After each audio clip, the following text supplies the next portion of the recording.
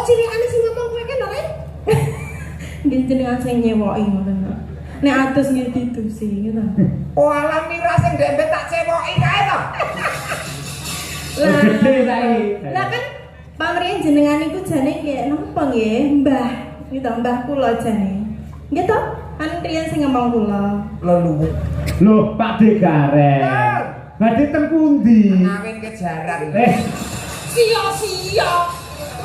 Ora bentak karo dhewe. Iki mene contoh sing ora apik. Kok bojo tuwa dijaran-jarante. Bojo tuwa iki kanca berjuang. Aku karo kowe iki omah-omah duwe jaran, wayah ngawin iki mulo aku karo kowe aku golek jaran sing gelem. Ya, Mira. Mira. Ah, jar ya ibu ngene iki. Sublak suweng. Men jumeneng yo Mbak Mira. Dados.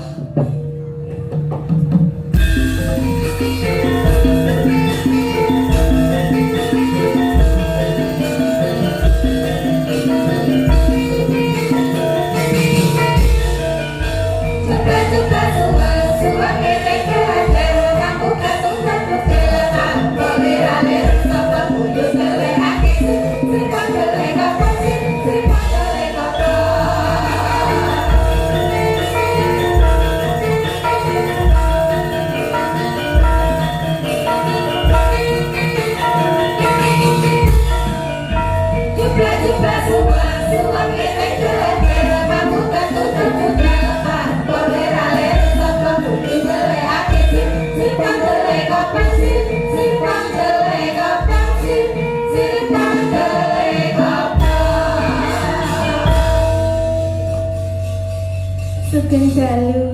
Nggih, sugeng dalu Mbak Mira. Wah, Mas Gareng Mbak Lucy. Nggih, Pak. Niki lare niki nalika isih cilik. Alitanipun. Nggih, nate asring tumut kula teng wilayah Nganjuk niki lah bocah Nganjuk.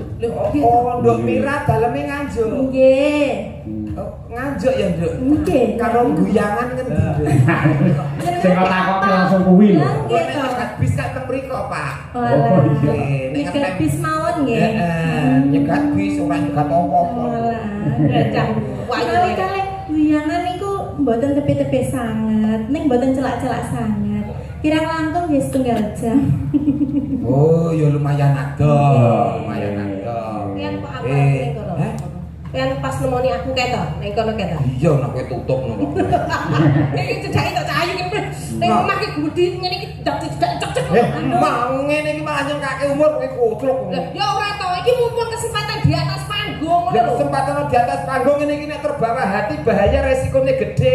Iso ngentekke bandar pekarangan kowe iki. Mbak Lucy, Piye-piye? kula kinten mboten wonten kok menawi terbawa hati kalih kula. Amargi niki jenengan angsal salam saking Pak Puntono. Menika para sepuh kula, nggih. Menawi jenengan macem-macem kalih kula, jenengan mengke lewat pundi lah. Mengke digasak. Mantune Mas Puntono. Nggih. Jliteng kakangku kae. Kaya sliteng lho. Ireng Ya pancen iya sih. Nggih, mboten mungkin wonten anu Mbak niki Iki ora apa-apa, macem-macem. Nduk. Mergo nggur panggung kudu los. Lek ora apik. Lho, Kesempatan, mantune kesempatan. Puntono to? Nggih. Mak Puntono. Wah, mantu e. Iya ora apa-apa. Iya, iya. Gak apa-apa. Masa Aja ngono isin. anu arep macem-macem. Mantu ae. Wong wis sari wong wis. Iya, kok sik alon-alon. Iki di atas panggung los lagune kabeh. Kasar kowe iki alon-alon wae to. Piye to? Lucy.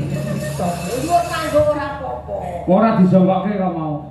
Ora disongkoke kok maju dhewe. Inisiatif. Wong cedhak kita kon jomong ning ngono kok. Anu daleme ngendi Nganjuk. Nggih, asli. Mongko Pak Puntono ki Sukoharjo. Nggih. Oh, saiki tinggale ning Nganjuk. Lho, ya teng Sukoharjo. Oh, datang mriko, Pak. Goyong nang Sukoharjo. Oh, yo teng mriko. Riyen kula nderek Pak Cahyo niku tasih umbelen kula. Nggih. Oh, kabare ndek Dhuwur panggung tasih nangisan. Oh, cilikane sing ngomong kowe ki lho, Ren. Nggih jenengan sing nyewoki ngoten. Nek atus nggih ditusi ngoten. Oh, alam mira sing ndek tak cewoki kae to. Lah kan pamrih jenengan niku jane nggih napa nggih? Mbah. Iki to mbah kula jane. Nggih to? Kan riyen sing ngomong kula. Leluwo. Lah Nggih to. Wah, cek jebul iki bocah sing ndemben kula cekoki nek adus tak dusi nika niki to. Nggih. Sombong saiki. Lho, Oh, iso. saged. Cewek saiki cewek dhewe ora ngakon aku kok. Gede kok. Harus mandiri pribadi kok. Piye piye sampean umpama duwe Lho lah ya beda to umpamane gantuk aku iki ngono. Umpama mlaku lah ya beda to. Ceritane rak beda. Aku Iya. mlaku terus Pak Cahyo kun tadi tanglet. Iya. Ya ampun Mbak Mira. Nggih, Pak Cahyo. Mindanipun tukon pinten. Yo ngalah siap-siap mendel. Ditekon niki aku ora mirane. Lah piye? Yo ngene sing ditakon niki aku to, Pak. Hmm. Lho Pak Degareng. Pak Cahyo. Nggih badhe teng pundi? Ngeterke Dik Mira nderekke Pak Cahyo kun tadi. Oh ngaten. Nek umpama aku bojomu. Ya. Lho Pak Degareng. Bener. Badhe teng pundi? Ngawin kejaran. Sia-sia. Ora bentak karo dhewe. Iki mene contoh sing ora apik. Kok bojo tuwa dijaran-jarante. Bojo tuwa iki kanca berjuang. Aku karo kowe iki omah-omah duwe jaran, wayah ngawinke mula aku karo kowe mlaku golek jaran sing gelem ngawinke jarane dhewe ngono lho. Lah aku kok tuntun muni jaran kok. Ya berarti aku jarane. Lho kowe jaran kudu. Utuh. Kudu ra tok nesu. Lah kok gak Oh jarane dhisik nang omah kok. Kok ya sing adil. Iya adil, adil. Kene ya Nduk Mira. Nadyan to mantune kanca ora apa-apa. Kenapa-napa? Umpama sampean duwe garwa Mbak Mira cara mandi ngono iki mbok dosi apa wong bojone ayu. Paling ora air susu. Ayo. Mandi susu. Mandi susu. Makane putih terus awake. Lah iya mandi susu. Umpama bojomu aku Mandi lumpur. Pak Pindu. Wah mandi lumpur terus liat TikTok oke wong nyawer kok malah. kok malah aku bojo aku mes lho. Alange lan biyen. Ya aja kaya ngono. Umpama garwane iki jenengan Dik Mira. Heeh. Dik Mira iki tadi, Mas, nyuwun mimi ngono mbok juga mimi apa? Paling ora ya mimi iki Coca-Cola, Fanta. Wong ayu ya. Orange juice. Orange juice. Ngoten Nek niku, bojomu Pak. aku, Hah? aku Mas. Pengen mimi.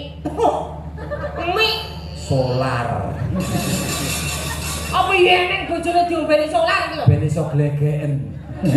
Angine engko iso metu. Nek kono bojone kayu kowe Mbak Mira, arep pindah. Kok ning mall, ning mall ngene mbok tumpakne apa? Paling ora ya Alphard. Ya Dik ya. Oh, Wong iya, wedok iya, itu pakai iya. Alphard kuwi nyeni. Aku mesti apik nek iki pomo bojomu aku. Tak tumbas apa tak tumpake angkong. Surung menapik ya. Adol rabuk ngono. Padha sok ben iki kowe tak jak ning pasar, tak tumpakne ambulan. Belum. Pasare tutup ra sida ning pasar. Kusuma Wijaya ayo Nduk Iki Mira. saya Dik Mira. Kangen karo suarane jenengan coba kaya Wah apa. iya, cilikane kaya ngono, saiki gedene kaya ngene. Lah nggih. Kusuma Wijaya saged nggih. Nggih. Monggo katur Bapak Haji Suli Daim MM Sugeng Laras. Oh nggih Pak Wakil. Nggih, leres. Monggo dados.